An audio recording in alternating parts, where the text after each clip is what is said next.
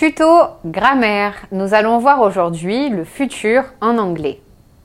Différentes structures grammaticales sont nécessaires. Je pense à will, l'auxiliaire modal, mais également le présent simple, le présent be plus ing qui peuvent avoir des valeurs de futur et d'autres structures grammaticales comme be going to, be to, etc.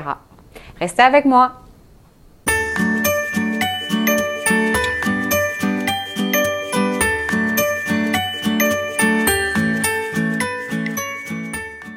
Introduction, le futur en anglais.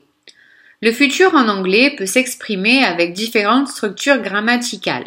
La plus courante est will, l'auxiliaire modal, mais on retrouve également le présent simple ou le présent be plus verbe en ing qui peuvent avoir une valeur de futur, ou des structures grammaticales telles que be going to, be about to ou be to.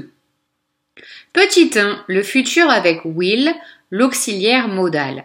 Cette structure est utilisée pour évoquer le futur, parler d'une prédilection. Sa construction est simple. Sujet plus will plus base verbale plus complément. Exemple, si vous voulez dire « j'irai au cinéma demain », I will go to the cinema tomorrow. Donc j'irai, I will go, tout simplement. Conjugaison du futur avec will à la forme affirmative. J'irai, I will go, que l'on peut contracter en I'll go. Tu iras, you will go, contracté en you'll go. Il ira, he will go, contracté en he'll go.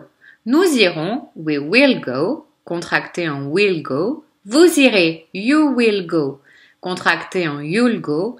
Et enfin, ils ou elles iront, they will go, contracté en they'll go. Conjugaison, toujours le futur avec will à la forme négative. Je n'irai pas, I will not go, contracté en I won't go.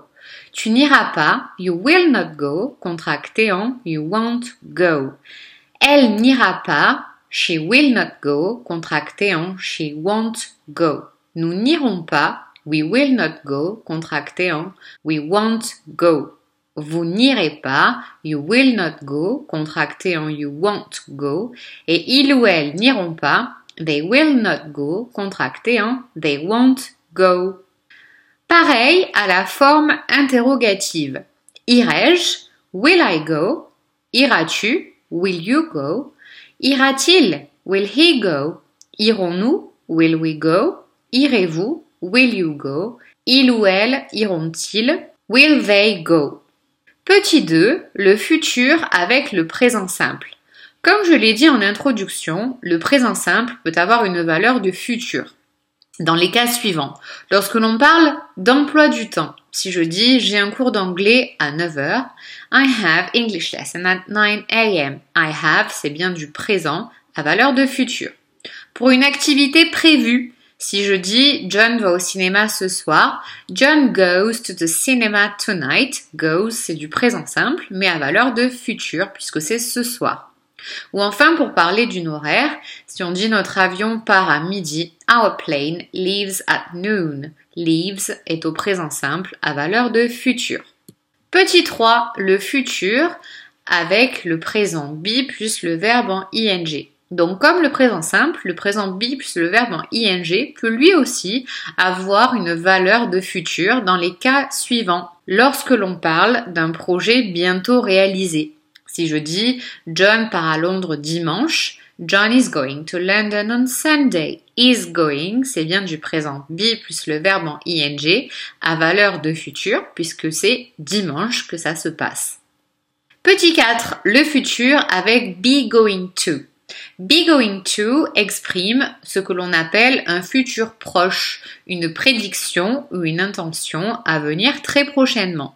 Si je dis je vais acheter une nouvelle voiture, I am going to buy a new car. Il va neiger, it is going to snow. Donc nous sommes là dans le futur proche. Petit 5, le futur avec be about to plus la base verbale. Donc l'expression be about to sert à décrire une action qui est sur le point de se réaliser. Si je veux dire que John est sur le point d'acheter une maison, John is about to buy a house. Is about to, donc être sur le point de faire quelque chose. Petit 6, le futur avec be to plus la base verbale. Be to sert à évoquer une action planifiée, un ordre ou une obligation. Si je dis John is to visit his grandparents, cela veut dire John doit rendre visite à ses grands-parents. Is to pour évoquer une obligation future. Thank you, je vous remercie et à bientôt.